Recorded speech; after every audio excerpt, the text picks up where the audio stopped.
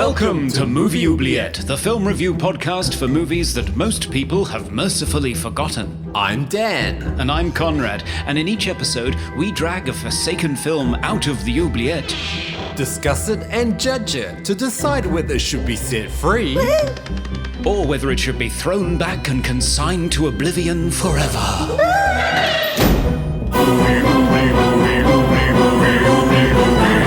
We review the films others tend to forget. Come with us and open up the movie oubliette. Greetings, listeners. This is Movie Oubliette, the equator enveloping movie review podcast with me, Dan, revisiting my EP I started in 2020 down here in Melbourne, Australia. And me, Conrad, getting addicted to Lego in Cambridge, UK. We discuss all things genre film, fantasy, sci-fi, and horror because futuristic nightclubs, evil crime bosses, and clones on the moon is where we'd like to be. Hello, Conrad. Of course. Hello, Dan. How are you feeling now? Are you all better? Oh, yes, COVID. So it's really funny listening back to that last episode we recorded because it was pre my symptoms. So I was feeling chipper.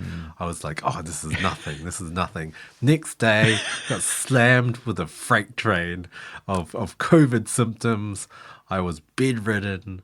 I couldn't talk. Oh, wow. I could barely eat. My throat was like razor blades. My head was just a throbbing migraine. And that lasted 3 days, but it was 3 days of just misery. But it's crazy. You're just feeling like complete shit for a couple of days, and then you just get better. And then, I was just better after that. And then the cough kind of lingers, and it's still kind of there, bit of a tickle at the back of my throat. But yeah, I'm all good now. But yeah, 3 days of misery, not so fun. No. Was it so bad that you couldn't sort of like binge watch things on TV and so on? Was it so that you couldn't really concentrate on anything? Well, it's just the headaches. The headaches just so... you couldn't do anything. Like I just slept pretty much for 2 days. I just went to bed and just slept as much as I could. Lots of paracetamol, tons of tea. I drank so much tea. But I got better, so that's the main thing. Yeah. Well, I'm glad you're better. Thank you. Meanwhile, you've been getting into Lego. Yeah, I know. It's a very expensive, ridiculous hobby to do, but I got a Lego set, and I found that after work, just having some instructions and clicking little bricks together is really relaxing. Yeah. I don't know what it is about it. There's just something that's calming and focuses the mind on something sort of, I don't know, tactile. And I don't know, it just puts me in a Zen-like state that lets all of the troubles of the workday just drift away. Yeah. So, So far I've built the Batmobile, and now I've got the DeLorean. I did the Millennium Falcon. Oh, wow, you've done a the few other now. week. I've done a few, but the trouble is they're like £100 per box. It's not cheap. Yeah. It's not cheap at all. So do you have them in a display cabinet? No, this is the thing. I've got no room to display them at all. Oh, right. So I was actually looking to see whether there's such a thing as a subscription Lego library. And wouldn't you know it, there is. Oh. So you can subscribe. They send you the box with the set in. You build it. You look at it, you go, hey, that was nice. And then you pull it apart, put it back in the box and send it back. And if it weighs the same, then they send you the next one. If you haven't lost any pieces, they just send you another one. And I thought, this is ideal. I got to do that. Oh, wow. So you're purely enjoying it for the process and not the finished product. Yeah, for me, it's just following instructions and building something and having that sense of, can you tell what it is yet? To quote Wolf Harris, just sort of trying to figure out, what is this going to be? What part of it is this? And then you find out and you put it together and you look at it and you go, oh, that's nice. And then after that, it's just like, I don't want to keep this. Why have I got this? So I always end up eBaying them. Whereas if there's a library service, That sounds like a much better idea to me. Oh, wow. It's really interesting for me. It's like a painter that paints something and then it's like, all right, throw it in the trash. Yeah. I know, it's just the process. I just find it really relaxing and satisfying, and just the noises of the bricks going together, I guess, is sort of like ASMR. It's just a click, click. I don't know. Okay. I find it really enjoyable as a way to wind down at the end of the day. But I have no desire to keep them afterwards, just none. Right. Well, I mean, I guess a similar thing for me is I've been chipping away at my EP again that I started back in 2020. This music that I'm eventually going to release into the world. But yeah, it's been great getting back into it. I've honed my skills in the 3 years as well, so I'm much better at mixing and recording than I was. I'm roping in even more collaborators on the EP, which is probably going to be an album at this rate if I'm getting all of these people. And you are going to be on a track as well. I am, yes. I'm going to start lyric writing this weekend. I'm looking forward to that. Yes. It's nice. I'm hoping to do more music this year. Yeah. So watch the space, listeners. You're going to hear Conrad singing on a track. So, me singing. Yeah. It's good. And seriously, for a change, not just for silliness. Wow. I don't know. Silliness is fun too. Talking of any silliness in the mailbag today, what have our listeners been talking to us about? Well, you'll be surprised to hear, Dan, that the 2000s Dungeons and Dragons movie did elicit quite a bit of silliness. Oh, yes. In our mailbag. Reese Indigo said, so glad Movie Oubliette is in agreement with basically everyone, including Is It Camp podcast, which I haven't checked out yet. I must check it out. They also did an episode at the same time about the 2000s Dungeons and Dragons movie. Just a disaster of a film that isn't even entertaining in how bad it failed. But I still love Jeremy chewing those scenes. Right. Yeah, I mean, wow, those scenes are a sight to behold. They really are. Yeah, he chews. Showing off his British teeth, yeah. It's quite something. It wasn't unanimous, though. Queen of Jam said, I loved this film. Really? Yeah. But no. Notice it was the past tense. I loved. Oh, okay. So I've asked if she still does. Yeah, okay. Maybe she hasn't checked it out recently. Our good friend Matt Swafford at Endless Bullets said, wow, I had no idea Richard O'Brien was in this. Yeah, definitely was. Yeah, I wonder if Richard still knows that he was in it. Maybe he's blissfully forgotten about it. And finally, we heard from Serge of Cold Crash Pictures. Oh, hello, Serge. Who, as always, offered a sage summary. He said, Dungeons and Dragons, the one without a subtitle, is a big mess with a bare-bones script, weird performances, and a bad case of plastic set syndrome, despite the $45 million budget. Every element is just wrong, and the result is a whole lot less than the sum of its parts. It's actually hard to summarize why it's so bad, though. It's not any one thing, but it's also not everything. Yeah. You can always tell what the filmmakers were going for, which makes it hard to resent the fact that it exists. Yeah. I mean, I could pick out some decent scenes in the movie and some interesting characters, but yeah, for like 90% of the film, it's just goddamn awful. Yeah, it's not a complete disaster. It's not laughably bad. Oh, it here and there. it is laughably bad. Come on. Okay. The blue lipstick is pretty tragic. Yeah, it's true. Yeah. It's true. Yeah. No love lost on Dungeons and Dragons, but it was fun. It was fun. Yes. So what fun do we have in store today, Dan? Oh, I do want to have a quick shout out to a friend at work that suddenly got into the podcast. Hello, Nick. I'm glad you're enjoying the episodes. He's now got a huge watch list of movies that he's going to watch before he listens to the episode. So hopefully the movie we discussed today is on the list. Well, better find out what it is then, Dan. Yes. Hang on just a second. Oh, wow, I'm in a nightclub on the moon. That just makes it all the better. And there's all these weird people doing this kind of strange choreographed dance, it seems. Very jerky. Oh, I think I found the movie on one of these neon lit drinks platters. Hang on. All right, coming back. Careful, that's a cryogenic chihuahua. Terrible music in that place.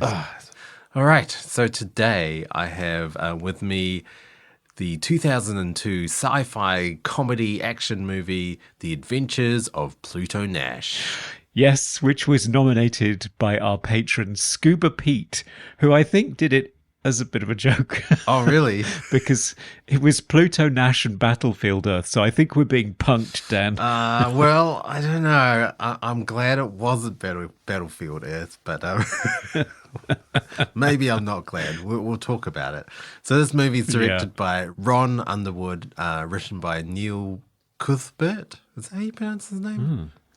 I guess so. And it stars Eddie Murphy, Randy Quaid, Rosario Dawson, Joe Pantoliano, can never say his name, Jay Moore, Louis Guzman, Peter Boyle, Pam Grier, and John Cleese. Oh my, that's quite a lineup. This must be an amazing film. What happens in it? Well, today we are on the moon. I've mentioned that many times, but the year is 2080, and we follow recently released from prison Pluto Nash as he bargains with a crime boss to take over a nightclub. Fast forward 7 years and the club is thriving, but a new big shot crime boss, Rex Crater, wants to buy out Pluto. When he refuses to sell, the club is blown to smithereens, and Pluto, along with newly hired waitress slash club singer Dina and loyal android bodyguard Bruno, are on the run to escape the crime boss's goons. Their adventure takes them across the dog-eat-dog lunar landscape, dodging explosive gunfights, cringing at sexually exploited maid bots, until they reach the final conclusion at Moon Beach, the casino oasis. But who really is the evil Rex Crater? It's not who you think. We'll find out if our heroes avoid horny slot machines in The Adventures of Pluto Nash after the break. Woohoo!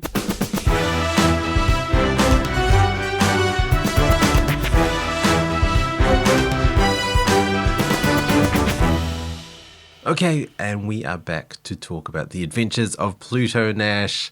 Conrad, had you seen this movie before? I had not. No, I didn't recognize it in the slightest. I was only dimly aware of it until, bizarrely, very recently, I read the autobiography of the editor, Paul Hirsch, who I know mainly for working on A, Star Wars, and B, a whole slew of Brian De Palma movies. And he had a chapter on Pluto Nash, which went into some detail and was quite illuminating, shall we say, but I had still never seen it before until now. Yeah. How about you? I think I'd caught bits of this movie on TV back in the day, but I'd never watched it in its entirety. I had no idea what it was about, apart from it had Eddie Murphy on the moon. Watching it now, like a lot of great stars in this movie, Eddie Murphy, Randy Quaid, Rosario Dawson, I love, even though I haven't seen her in many movies for some reason, but she's great in the Daredevil series. She plays Ahsoka Tano in The Mandalorian, and she's in a bunch of other movies, like Death Proof, Men in Black 2. Interesting seeing Pam Grier and John Cleese in this movie as well. John Cleese seems, at this stage of his life, he just seems to cameo or like have tiny parts in movies. Like he's never the lead post 2000. No, and he's sort of persona non grata now anyway because of his his recent comments. Yeah, his recent views and comments are not great. Although I hear apparently he's going to restart Faulty Towers. Really? Yeah. How old is he now? Well, exactly. It sounds like a terrible idea. The whole reason it's a classic is because they stopped. Yeah. Yeah.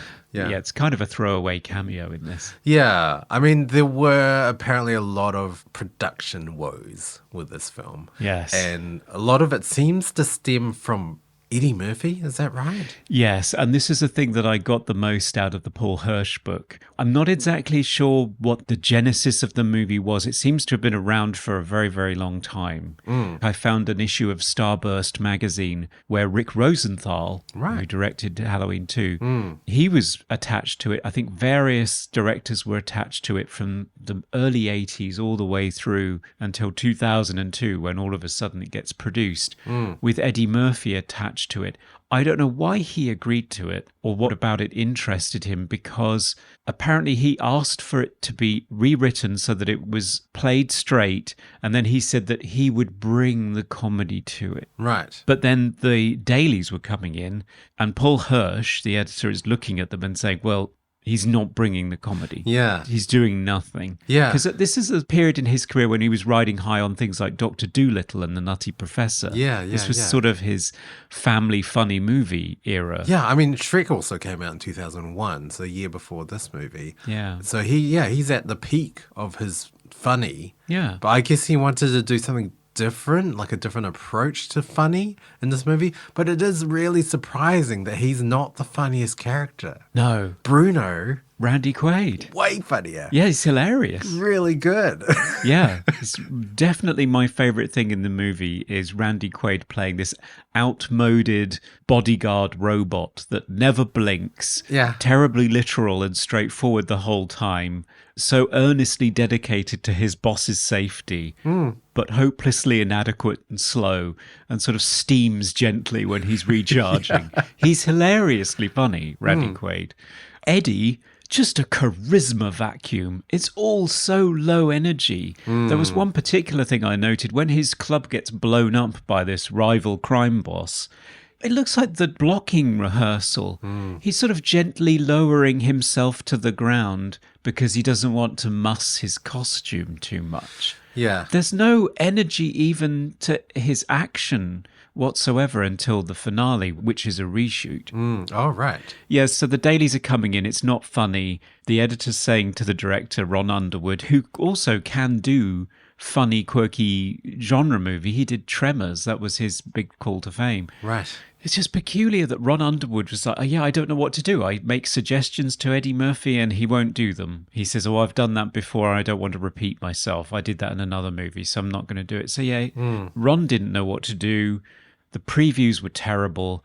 And eventually Paul Hirsch got fired because, against the producer's wishes, he did this sort of A/B testing. They had 2 previews within a couple of days. So he did one version where he cut out a big chase scene at the beginning with a side character that he said, we don't need this. It's just slowing the movie down.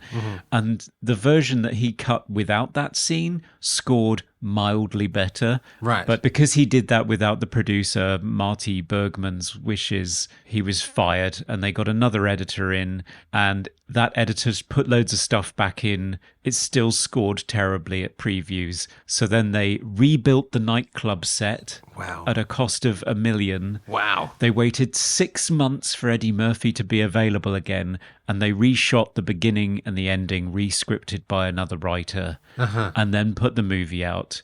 And the movie was the biggest box office flop of all time. Wow. At 2002. It had a budget of $100 million. It got a box office of 7.1 worldwide. Holy. Yeah, so That's tiny. it's tiny. So inflation adjusted, it lost $145 million. These days, it's not the number one. It's now 17th in terms of big flops. The top is John Carter, which lost an estimated $236 million. But yeah, it was released. It landed 11th place in the chart in August 2002. Number one at the time was XXX. Yes. Number 2 was Signs. Okay. 3 was Blue Crush, Spy Kids 2, Austin Powers, Gold Member. So you can see sort of the tenor of the movies that are doing well, and it sank without a trace after that. So a huge misfire, it was considered at the time. It's just bizarre watching it. it just seems like Eddie's not interested at all. Yeah, but I'm also surprised how much sway he had with how it turned out as well. Like, he just refused direction. Like, does that happen a lot? I imagine if you're a star with a particular cachet. Paul Hirsch's take on it was that initially he thought Ron Underwood was being very strong by being so flexible, but eventually he saw him as being quite weak in that he didn't do something. Right. Hirsch's perspective was a producer should have said to Eddie Murphy, either you're going to do this as a comedy or we're shutting it down. And they should have shut it down within the first week rather than working on it for sort of 2 years, I think. Wow, really? Trying to get something out of it, and you're just sinking more and more money. To me, it sort of reminded me, I don't like mentioning him, but Will Smith, After Earth, the M. Night Shyamalan movie. Sure. Taking somebody who's well known for their comedic charisma and putting them in a movie and them having zero charisma whatsoever. Yeah, right. But in that case, I think it was the director's choice, whereas in this case, it clearly is Eddie Murphy's, because it looks like it's supposed to be a family action comedy. Certainly when the opening titles came up, the sort of cartoony. Very Space Jammy looking. It's exactly what I thought. Yeah. I thought it's Space Jam. Yeah. And it's very like fluoro and vibrant, and the music's quite. It reminded me of like Men in Black. Yeah. That sort of very brassy, like family sounding kind of music as well. Yeah, it's very up, isn't it? Yeah. There's no blood in the movie. No. As well, people get shot by these. I don't even really understand how the guns work, but they get shot and no one bleeds. They just seem to die. Yeah. I don't know. It's definitely aiming for a family audience. I don't know. There's a lot of sexism. Yes. And it's like quite uncomfortable. Yeah. Like watching back. The attitude toward women, I think, uniformly throughout the movie is appalling. I'm sorry. I know a lot of our listeners get a little bit edgy when we put on our social justice warrior hat, but you can't deny it. Yeah. Rosario Dawson is wasted.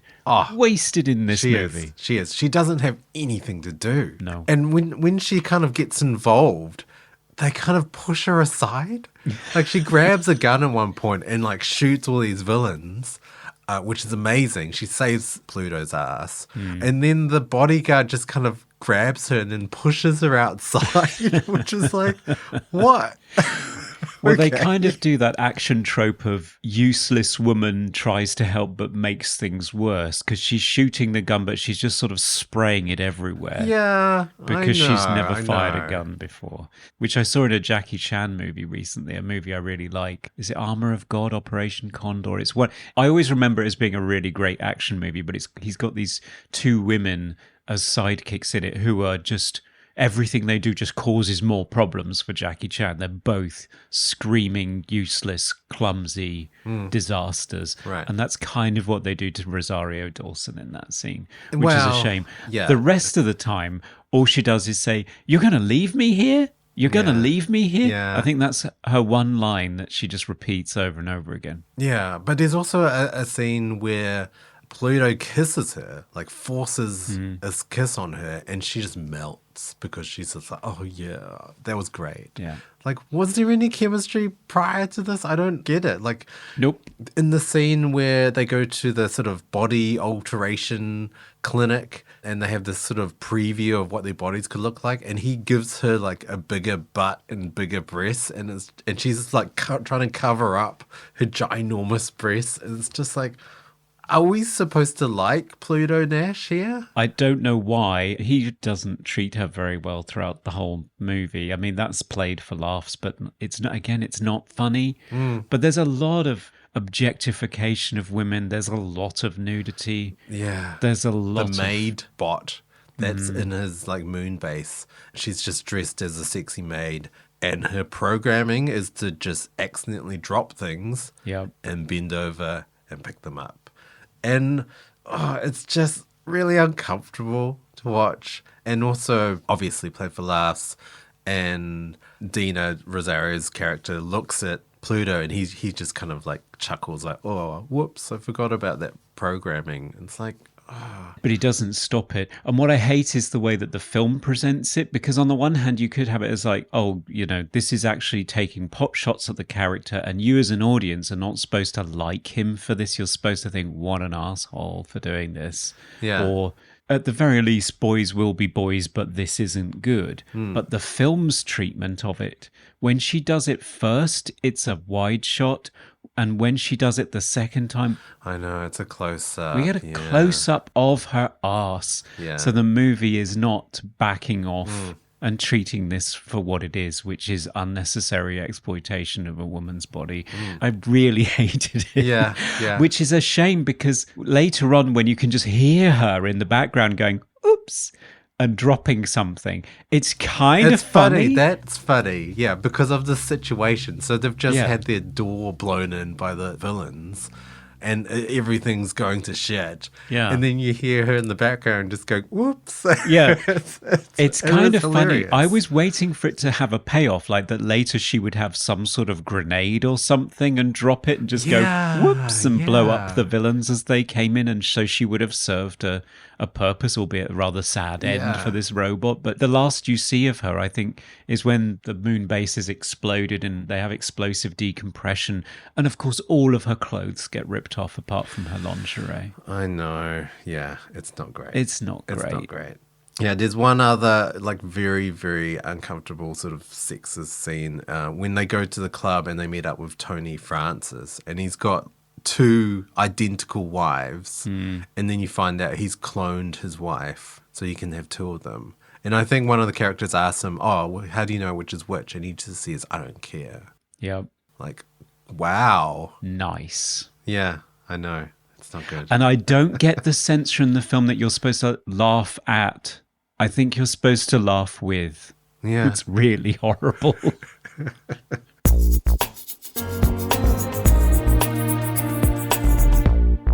All right, so let's talk about the sort of futuristic aspect of this movie. I kind of enjoyed that, the sort of humorous look at the future and sci-fi.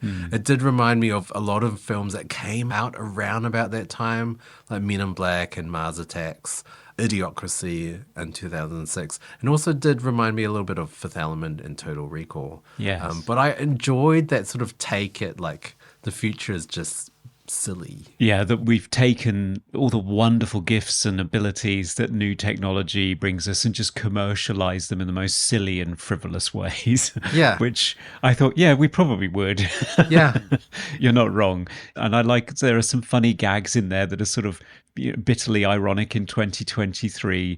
So at one point there are $10,000 bills that are shown to have Hillary Clinton's head on them as though she's been president, which of course is not true and probably never will be at this point. Yeah. And there's also an advertisement for Trump real estate up on the moon. The Trump billboard is definitely something that would happen, though. Oh, yeah. Definitely.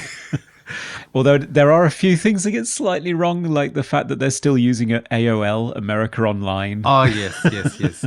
I always love seeing in all these kind of sci-fi futuristic movies, like also in Back to the Future 2 as well, where there's always video calling, but it's on a dedicated TV screen that they have to turn on with a remote. It's always it's funny. No, nobody imagined that you would have devices that would just be able to do everything like this that you would want around. Even in Star Trek The Next Generation, which sort of takes the credit for creating the iPad because people are wandering around with pads, but they seem to be single-purpose pads. Yeah. They don't seem to be ones that can do everything. They've got piles of pads, like they're different books or something. So it's like, quite got it right, but yeah. But there's a few other details in this movie, like self-driving cars. Yes. And also having sort of an AI controlling a car as well.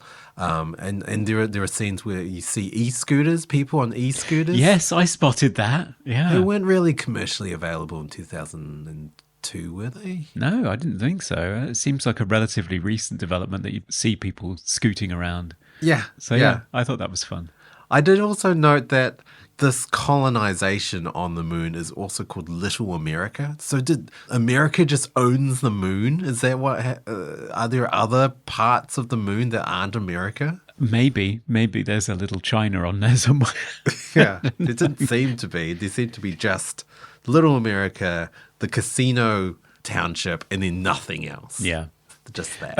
I mean, the vision of the future, I wasn't particularly impressed with the production design. To me, it looked, again, to refer back to Serge's comment, it had plastic set syndrome. I didn't believe it. It looked like a theme park to me rather than a lived-in environment. I didn't mind that purely because of the tone of the movie, because it was a very silly, kind of not very serious movie. So it kind of matched it. If you had that environment in something like a Blade Runner toned movie, then yeah, it would look cheap and ridiculous. Yeah. But this kind of suited it, and it was not really cyberpunky, but it had that kind of very commercialized look to everything. Everything looked cheap, kind of on purpose. Yeah. Like a lot of the CGI wasn't great in this movie, but it kind of suited it. It didn't. I don't know. I didn't think it was too bad. I did find that the opening scene though felt very. We're in a studio. Yeah, we're on it does. a sound stage. That scene with Pluto and Tony and the two rough dudes about to pour battery acid down the throat of Tony. That scene felt very flat. Yeah. Like, it's like, was this a good choice for the opening scene? Well, the opening and the ending were rewritten and reshot, so I don't know. And the ending's really flat as well. It's just like everything's resolved, and Eddie Murphy as Pluto Nash just sitting in his club, music's playing. Yeah. There's some limp gag about Bruno being given responsibility to manage the nightclub. Yeah. And it just ends. It's a very happy ending, like too happy, like everyone's fine kind of thing. Talking about plot, we have to talk about the twist. Yes. Seems very like, yeah, this is what Eddie Murphy was doing in all his movies at this time. I just want to play all the characters. Yeah, there was Nutty Professor 2, the Clamps, wasn't there? The clumps, yeah. Clumps, that's it, yeah. There was one scene where he played his entire family in various ridiculous makeups, and obviously that was considered a high point of that movie. So they did another movie where it was the whole gag was him just doing that all the way through, I think. And in this one, he's just playing two different versions of himself. At least the version of himself that's this ruthless guy that wants to introduce gambling on the moon seems to have a bit of charisma, but thematically, I know it's ridiculous to think about, thematic depth in this movie, but they're not really using it for him to confront, if you're going to have the twin, the sort of classical nemesis where he's coming up against a worst possible version of him with the moustache, that kind of thing. Yeah. It's usually to face up to sort of the worst possible aspects of himself so that he's sort of struggling with who he is and how he makes his living, and then he sees this really bad version of himself and he realizes he's got to make changes, or I don't know. They don't do anything with it. He just seems to be slightly more evil, but not much. I don't really know what the difference is between them. Yeah. I don't know. They don't do anything with it. But I found with the twist being the bad guy is himself, it was just so out of left field. Like, it's one of those twists where it's like, well, no one was going to guess that. So it's not really a twist, is it? It's just I don't know. Don't you doesn't- think as soon as they mention cloning, you just think, okay, well, how's this going to pay off? And the only obvious thing I can think of is Yeah. the villain is Eddie Murphy. Yeah. I mean, I thought the villain was going to be Tony Francis. Okay. But again, what was the motivation? Like, what is the motivation of Pluto's clone to be evil anyway? I don't know. Like, what makes him the evil version of himself? I've no idea. What different struggles did he go through to become evil? I just didn't make any sense. He got cloned to manage this casino, and then he just decides, I'm just going to kill my boss, the other guy. I don't know. It just didn't seem to make any sense. So the reveal was just like, okay, I guess that works, but I don't really understand how. No, me neither. The whole thing is so low stakes and uninvolving anyway. It's kind of set out to be like a private detective story where you're following Pluto Nash sort of uncovering this plot. So it's sort of like a 30s noir. But I can't connect the dots between how he gets from one scene to the next. Yeah, I mean, I could follow it, but it did seem a little bit convoluted. So he found the body alteration doctor because she worked with the cloner that would clone big bad guys, and I guess so. And then there was also the chase with the villains. What did you think about the villains? Again, not particularly interesting or threatening for me. Yeah, I was confused by the portrayal of the goons, the henchmen, because they were supposed to be scary, but at the same time they were useless. Yeah. So it kind of negated each other. I didn't think they were a threat, but I didn't think they were that funny at being useless either. No. They didn't seem to go for anything, just sort of, I don't know, all of the movie just sort of sits there. Yeah. It looks like nobody made a decision. Yeah, yeah. Just something that Isaac said about movies when we've talked to him, that this is a non-choice. Nobody has decided to do anything. Yeah. So, I don't know, it just ends up fairly limp. Yeah. I did actually like the world building in this film. I like the setting. I did like the premise. I guess it's just the characters and just the motivations were a bit cloudy. Yeah. And yeah, not as funny as it could have been. I definitely found Bruno and even James, so John Cleese's character, Yeah. funnier than Eddie Murphy. Bruno's the only thing that makes the movie worth watching. Randy Quaid is really good. Jay Moore isn't too bad either as Tony. Yes.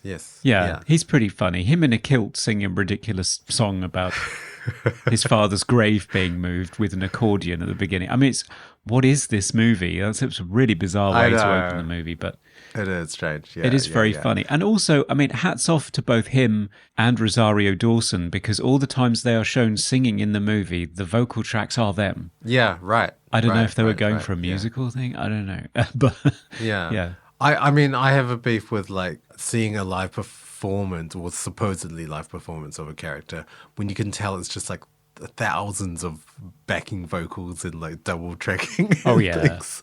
Yeah. I mean, that's just me being really, really pedantic with the portrayal of live music on screen. Yeah. Yeah, Randy Quaid, I didn't realize we've covered him very recently. He was in The Wraith. Yes, as that's right. The sheriff sort of guy. Yeah, we liked him Very in that different too. character. He's great. He was so good in this. Yeah, he was really good in it. Just the way he talked, his mannerisms. And I mean, of course it's stupid and ridiculous. Like he doesn't even resemble an android whatsoever. And the fact, the only thing that make him look more robot-y is they just shoved a weird little sort of implant chip on the back of his head, and that was it. Yeah. Like, they didn't even try to make him look mechanical or have anything mechanical about him. But yeah, just the way his mannerisms and the way he talked, just hilarious. Yeah, he is very funny. And also the fact that he chose not to blink, I thought was very funny. I noticed all the way through, even when he's shooting a gun, he doesn't blink. Yeah. That's quite an achievement. Wow, There are wow. a lot of great people showing up in this movie. Burt Young is in there as a mobster, and we've come across him in Amityville 2 as the dad, if you remember. That's quite some right. time ago. That was a long time ago. Yeah. Yes. You've got Ileana Douglas in there as Dr. Mona Zimmer, Yes. the cloning doctor. Alec Baldwin shows up as this MZM mobster. Yeah. I heard that he didn't want his name on this picture whatsoever because he didn't like it. Yeah. So he's completely uncredited. He's uncredited, but I mean, they're sort of suggesting retrospectively that that's him disowning it, but I think it was always meant to be a cameo, so I'm not sure that's Okay. Yeah. fair. I'm sure he's not impressed with the movie. Yeah. Pam Grier's in there as Pluto Nash's mum. Highly underutilized. Yeah, she's 2 scenes and has barely any impact. I mean, she shoots somebody at one point, which is really cool, Yeah. but Yeah. Yeah. just wasted. Yeah. So the action, I thought the action was very clumsy. All the gun blasts, I guess like plasma. What are they shooting? They're not bullets. No. But they do have to reload, which is weird. Like, what are they reloading? Yeah, I don't get it. Like, they run out of plasma or something. I don't get it. No. And people are hit, they don't bleed. But also in the action scenes when they're shooting, it seems like everyone's just blindly shooting anywhere. Yeah. Like no one's getting shot or they're accidentally getting shot. And also the levels, the varying damage levels of the guns, I'm just completely confused. Yeah. Some of them are like cannons, destroying whole buildings with these handguns. Yeah, they're taking down like platforms and stairs and things, like blowing balconies off, and then other times it just touches characters in the shoulder or something. Yeah, I don't. Very confusing. It's very confusing. And that scene with the gun on the tripod that just shoots by itself, that doesn't reappear. They don't talk about it. You just see it happen, and it's like, oh, that's a thing, I guess. Yeah. And I don't see it pay off either. So it's just there. Yeah, they just run away. Yeah, I don't know. Yeah, just very poorly shot action scenes. Yes. Now it's time for random trivia. So, Dan, what fascinating piece of trivia did you program into your French-made robot today? Yes. So there is a character we haven't really talked about, but he's one of the henchmen, goons of the villains. I think his character name's Kelp, but his actor name is Victor Venado. Apparently he's born legally blind. He's also a stand-up comedian, which I didn't know. But supposedly he got his first break landing a role in Elton John's music video, Recover Your Soul, released in 1998. In the video, he plays one of the sort of statuesque angel cherub figures.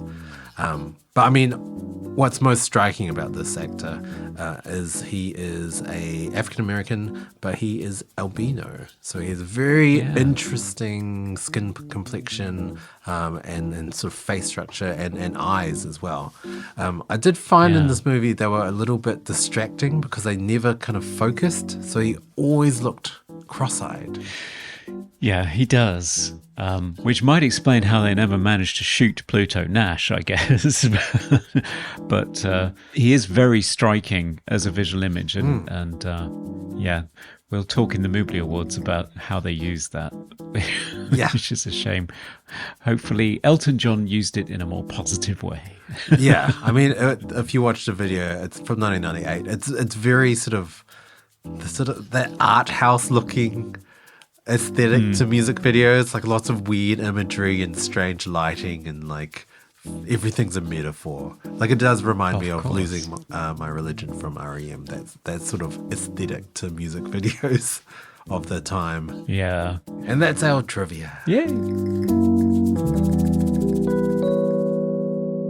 One thing that I wanted to look at is from the perspective of what's known as high concept movie making. I read a whole book on this by Justin Wyatt. Oh, wow. This is a way that film theorists have described sort of a trend in commercial movie making, probably starting from Jaws onwards, the summer blockbuster, and how you do that. Usually the way that people think of it is it's a concept that can be articulated in one or two sentences in a pitch meeting and afterwards in marketing to the public, and that has broad appeal. So Spielberg said 25 words or less, an idea I can hold in my hand. You know, like that recent film 65 with Adam Driver, you just say, it's pitch black but Jurassic Park. Right. The replication and recombination of previously successful narratives that you just join together. So it's got good audience recognition. So it's comfortable to a certain degree, but a new combination. And this also applies to star persona as well. And the example that he gives in the book actually is quite telling. He says, for example, Eddie Murphy as Axel Foley meeting Prince Charles. And immediately you get a series of oppositions in your head: rich versus poor, US versus UK, black versus white, brazen versus reserved. So it just sets up this familiar, conventional, commercial element placed in a slightly different context. Yeah. So you either get somebody who's playing to type, so Clint Eastwood in a cop movie is high concept, you know what that is, he's done it before, or you flip it and it's like Arnold Schwarzenegger as a kindergarten teacher, or Arnold Schwarzenegger's pregnant. So you apply all of this high concept theory, which should lead to sort of a highly marketable concept movie that you can distill in a very simple image like Jurassic Park. It's a theme park, but with bones of a dinosaur. You know what this is. What is this movie? How is this a high concept movie? Paul Hirsch says, is Eddie Murphy on the moon? that could be funny. That's why he signed on. But it's not Axel Foley on the moon. No. It's more like Harlem Nights on the moon, which was Eddie Murphy's attempt at directing a movie from 1989, starring him and Richard Pryor. And it's a 1930s nightclub set crime drama, which also bombed at the box office. And afterwards, Eddie Murphy said, I thought I'd try directing to see if I could do it, and I clearly couldn't. So he's never done it again. Right, okay. I just thought applying high concept movie making marketing theory to this is kind of interesting, because you can see why didn't it work? Well, because it doesn't tick any of these boxes. What is it? It doesn't. No. No. It doesn't know who its audience is at all. No. Yeah, because I think in theory this movie could easily work. Yeah. I think if they went full Eddie Murphy, just his normal thing, and they got him to do actual funny, and not just play it straight. Yeah. And they just went all out with like ridiculousness and even more sci-fi elements and like futuristic tech that is ludicrous. I think it could have worked. Tone down on the sexism, maybe. Yeah. Give Rosario Dawson something to do other than laugh at his jokes and say, "Are you leaving me?" Yeah. Yeah. Because I do like the world building, like I mentioned. I do like the setting of this movie. I think it's great. I don't see that many movies on the moon, especially in this kind of like casino nightclub setting on the moon. That's original. That's something I would love to see. Yeah. But yeah, just not done very well. No. And it's very telling as well when all the side characters are just infinitely more interesting than the main character. Yes. And we've experienced that before. Yes, we have. That's true. So music. John Powell. I love John. You like John Powell, don't you? I love John Powell. Yeah. I mean, he's probably most famous for the Bourne franchise. Exceptional score for the Bourne Identity movies. But yeah, I didn't realize he's done a lot of animation. Like How to Train Your Dragon, Rio, Kung Fu Panda, Robots, Shrek as well, Chicken Run. But he's done like action movies, Face Off, Italian Job, X-Men 3, The Last Stand, Hancock. So he's great. And the score is good. It is very of this time. It does remind me of Men in Black a lot. A lot of brass, very high energy, but still kind of wholesome sounding Yeah. at the same time. I think there's also some DJ scratching in there because, it's 2002. Got to put it in there. Yeah. Modern, I guess. I have to say I hated it. Really? I didn't mind it. It is quite cliche watching this now, but it was of the time. Yeah, it was very much the time. I could kind of see what he was going for. It's very up. It's got lots of energy. But instead of doing what he does on things like The Bourne Identity, where he comes up with fascinating percussive elements and doing interesting things with how he's recording the orchestra and messing them all up. And yeah, the Bourne trilogy, well, there's 4 of them, isn't there now? But he did some really innovative stuff in that, kind of changed the way that action movies sounded. It was quite revolutionary what he did with that. Of course, he's from the Hans Zimmer remote control stable.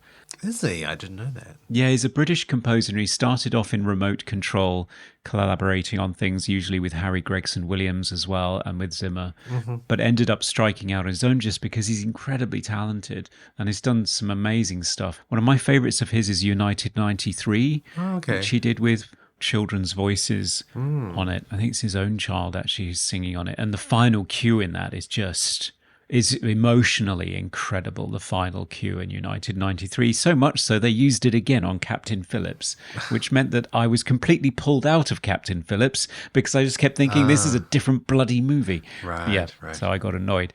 But yeah, this I did not like because it was him trying to inject energy and fun and family-friendly action adventure into it, but with hip-hop drum tracks and scratching and guitar and... Yeah. I hate it. Yeah. Really I mean, hate it was cheesy and cliche. I don't know. Especially that opening track. it felt like, are we watching like American Pie here? What? Yeah. What? Yeah, no, I know what you mean. sounded very much of a very sort of teen movie sounding. Yeah. It's one of those movies where they're obviously trying to sell a soundtrack as well, so heaps of songs, but not famous ones that I can remember of the time. No, I think from the opening where it had like a rap version of Blue Moon. Right. I just thought, oh dear, I'm in trouble. I mean, for me, it just has a kind of a more nostalgic quality because, I was a teenager. Was I? Yeah, I was still a teenager in 2002. Right, okay. To me, it just felt sort of late stage 90s Disney movie crap. Yeah. It just sounded really, really poor. I didn't mind it. Okay. Coming to you live from the Movie Oubliette Theatre, it's the prestigious Mobley Awards. Okay, it's the Mobley Awards. It's where we present our favourite lunar hopping parts of the film in a number of evil clone twist revealing categories. Best quote. My favourite quote comes from Rosario Dawson because I think it's sort of a meta quote that's quite telling, and it's when we are introduced to Pluto Nash's mother, played by Pam Grier, as Flora Nash, I think. And the quote is, I'm surprised. You could pass for his sister, which made me laugh because the age difference between the two of them is 12 years. Yes. Eddie Murphy was 40 when they made the movie. Greer was 52. Wow. So She would have it's been 12. Exactly. She would have been 12 if she'd had him. And I think this says a lot more about Hollywood's attitude towards women over the age of 30 than it does about the great Pam Grier. Yeah. But there we go. I thought that was hilarious. Okay. Well, my favourite quote is not from Eddie Murphy. It's when they're stealing the car, and James, played by John Cleese, the AI is trying to prevent them from leaving. However, they've disabled the alarm relay, and then Bruno pulls out his gun and he says to the dashboard to James, he says, "So get moving, Jimmy boy, or you're gonna have a speech impediment." And I just love the reply from John Cleese. He replies, "Good God, I'm being stolen." It's just great delivery. Yeah, he is actually very funny. Best hair or costume. So the future, everything is shiny. It seems Yes. like just lots of shiny things. But there is one costume that isn't shiny. It's worn by the cloning doctor Mona Zimmer, I think her name was. Oh, right, yeah. Very strange outfit though. It's like a red top, like a long sleeve top, and stripy pants. But there are just holes everywhere. Just like Yes. all these kind of slits and holes and every part of her outfit. It seemed just not very practical. Probably quite cold. Yeah, it's quite alluring. Yeah, she had holes like in the armpits and On the side. either side of her pelvis. Yeah. Yeah. But I It wasn't didn't- even sexy. It was kind of odd. Yeah, that's the thing. I didn't find it sexy. I just found it, I guess this is a future. Yeah. Just fashion, I guess. How about hero costume for you? For me, it was hair. The award for hair goes to Bruno. The blonde centre-parted wig that he wears when they're yes. sneaking into Rex Crater's hotel, which makes him look like some sort of psychotic Andy Warhol. Yeah. Yeah. That's so good. Most naughty moment. I just put the soundtrack. Oh, yes. I mean, 2000s for me is the fact that this is peak Eddie Murphy doing movies where he's playing all the characters. Like, I don't know what was this in his contract. So it started with the Nutty Professor in 97, and then, of course, Nutty Professor 2, The Clumps, 2000. But then also Meet Dave, where he plays an alien shell sort of controlled by little aliens inside him. So he's like a human run by... So he's playing the human self and the little alien sort of controlling him inside. Also in 2007, Norbit, he plays his own wife as well. So he plays himself and his wife. dressed in as a woman. It's just like, why did people let him do these movies? They're terrible.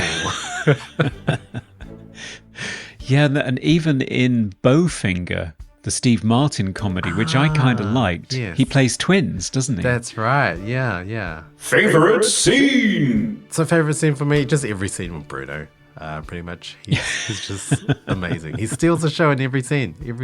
He does. Yeah, I'd rather the movie were about him, actually. But there we go. I thought the car chase was quite fun. Oh, At least yeah. a lot more fun than the car chase that's in Ad Astra, where they're going across the surface of the moon shooting at each other. But I actually thought that was pretty good. Especially there's a nice gag that's sort of like, I don't know, an E.T. callback, but they go over the Earth rather than over the moon. Oh, yeah. They fly off the cliff and you've got the Earth they in the go, background. Yes, that's right. Yes, they go over the Earth. I thought that was quite good. I enjoyed that. That was one action scene that I thought, oh, this is actually quite well done. This is exciting. Yeah. Most cliche moment. I've hinted at it a few times. Biggest cliche in this movie is evil albino. Poor Victor Venado playing Kelp. As you mentioned in the trivia, African-American stand-up comedian, very striking actor, great performer. He was used as a scary character in End of Days, the Schwarzenegger movie in 1999. That scene is scary. Yeah. So, I don't know, pretty typecast. Hopefully he's getting better options now. Who knows? But I'm just thinking of other movies like The Eiger Sanction, the Clint Eastwood movie from 1975, where the evil boss in that is an albino. Cold Mountain features an evil albino. The Matrix Reloaded, I think, has twins who were evil albinos. Right. In the Omega Man, the Charlton Heston movie, all the zombies are essentially albinos. And there was even an evil albino in Vamp. Ah, right. Yes. We'd covered on the podcast. There we go. Evil albinos. There were quite a few action cliches in this movie. So the bad guy being flung off a roof at the end to his death. The high fall death. Yeah. You've got Pluto Nash at one point shooting while jumping.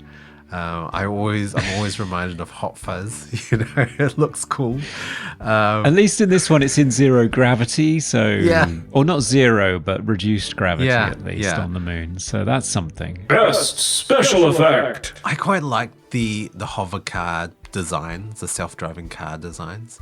Like they took this sort of 50s approach to it. So they all look kind of like 50s gangster cars, but hovering, and also the door is just a hatch at the back that they have to climb through. Yeah, you have to go in through the boot. That doesn't seem very sensible, does it? Yeah, I don't know. But I did like the design. Yeah, the design of them was really nice. And the thing that I was going to say is I really like the miniature work, because it's not CGI for large portions of this movie. It's 20,000 square feet of miniatures, all the surfaces of the moon and the landscapes and so on. Right. They did look good. I actually was impressed by that. Yeah, so it was all overseen by a guy called Mike Joyce for Cinema Production Services. And we've bumped up against his work before. So he did Space Hunter recently. Right. He did that miniature work. He worked on The Abyss. He worked on Johnny Mnemonic.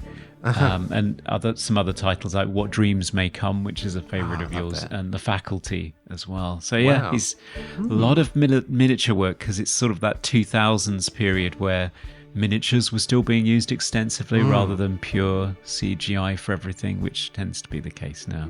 So I really loved all of that stuff. It looked good. It did look good. Yeah. Favorite sound effect. I thought Bruno's voice was a really good sound effect. I was going to say that too, yes. Yeah. Now, what I like about it is it sounds like a cell phone with bad reception. So you just get occasionally these blocks of data that just get looped for a short period of time, and then it carries on, which kind of reflects the fact that he's old and maybe breaking a little bit. Yeah. But it's not too robotic. I really liked it. I thought it was nicely judged. It almost sounded like it had auto-tune on it, but the auto-tune was was old.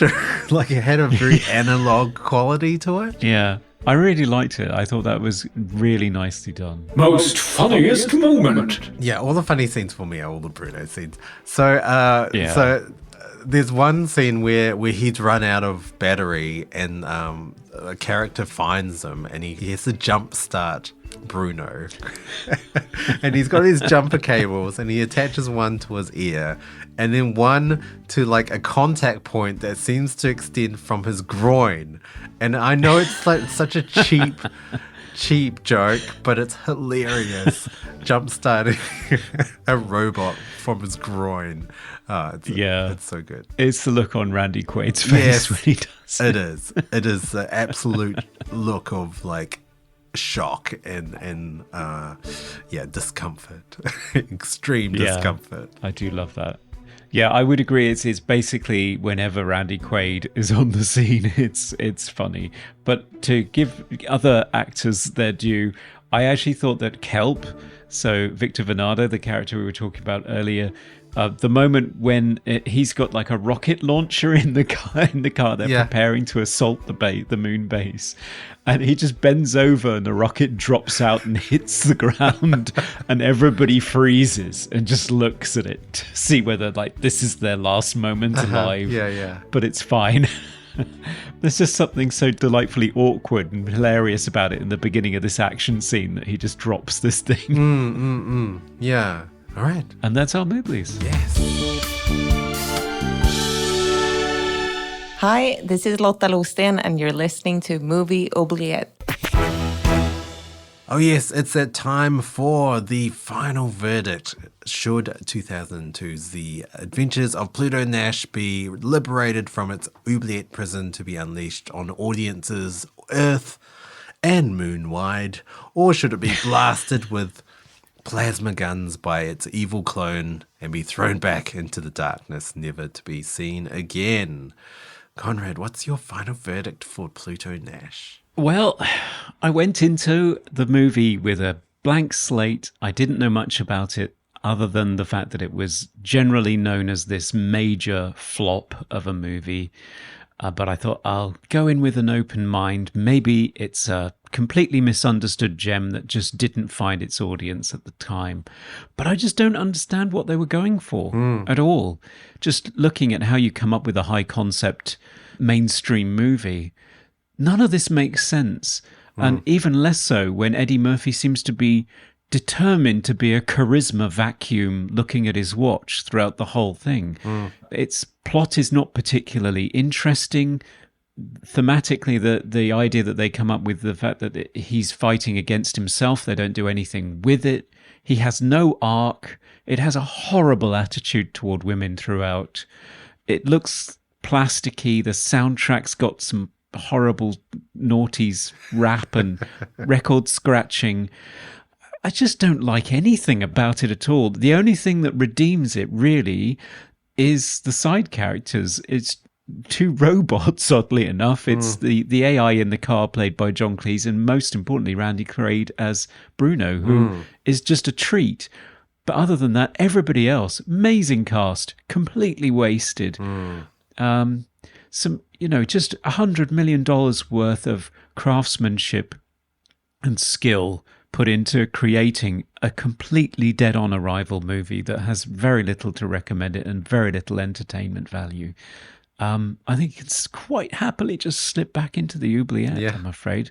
Might be a cliched answer, but I just can't find anything to recommend. I just can't. Apart from Bruno. Wow. Yes, Bruno's great.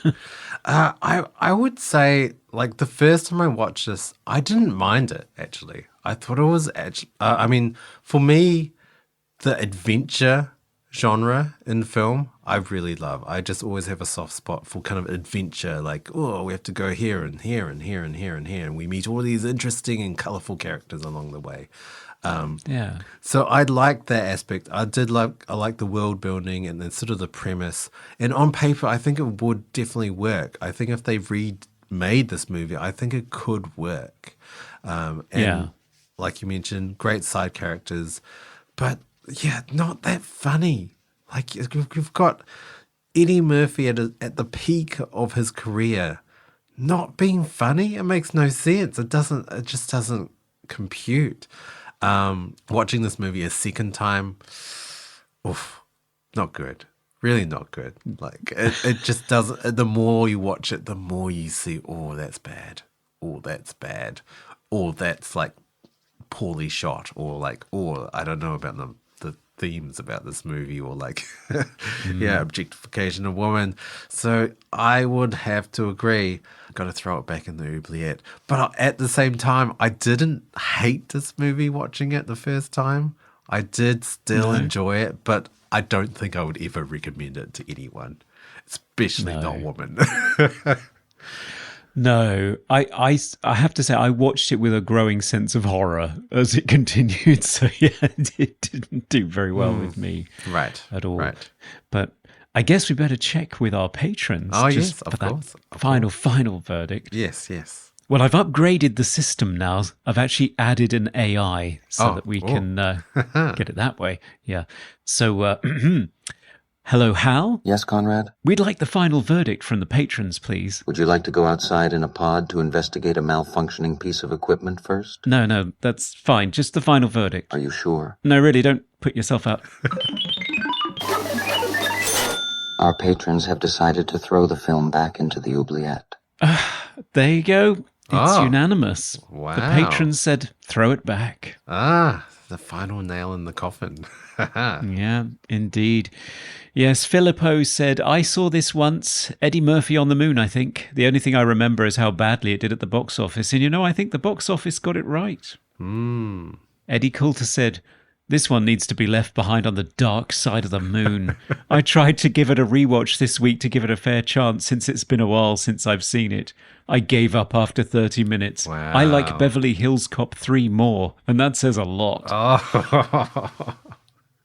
It does indeed. And finally, Chazilla said, I watched Pluto Nash especially for this pod. I'm really sorry, Chazilla. I gave up on Eddie Murphy after The Golden Child. He's been phoning it in since Beverly Hills Cop. They put 2 of him in the final act of the film, and it still didn't add up to one mediocre actor. Shoot Pluto Nash out the airlock. Yes. Yeah, there we go. Fate is sealed. So, I guess it goes back in. Yes. Yes. Okay, come here, you. We've been throwing a lot in there, Dan. Yeah, I think it's been kind of pretty even with the throwbacks and the set frees this year. Yeah, so far. Yeah, but what are we going to be deliberating on next episode? What are we going to set free or throw back? Well, we noticed that there's a new movie coming out called Renfield, which features Nick Cage in the role of Dracula. So we thought it might be fun to have a look back at a previous example of this. So we will be looking at the 1988 American black comedy horror film Vampire's Kiss. Oh, this is notorious. I haven't actually seen this movie, though. No, me neither. It stars Nick Cage, Maria Conchita Alonso, Jennifer Beals, and Elizabeth Ashley. And it's, I've never seen it. I've just seen like snippets of Nicolas Cage's performance in it as memes. Yes. But yes. I don't actually know what the movie's even about. No. So, no, me neither. So this is going to be fun. Oh, it's going to be a lot of fun. It is, yes.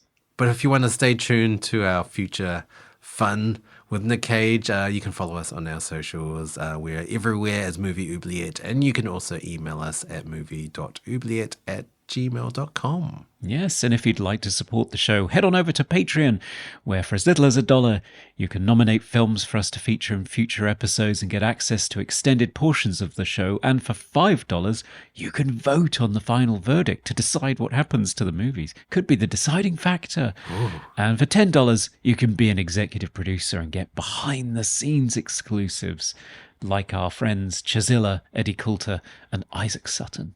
Ooh. So yeah. Great way to support the show. Yes. Keep us on the air. We've also got merchandise at Redbubble and a YouTube channel where we delve into video essays numerous franchises. Yes. Thanks again, listeners, for joining us on this journey to the moon. Yes. Until next time, goodbye. Bye for now. Movie, movie, movie, movie, movie, movie.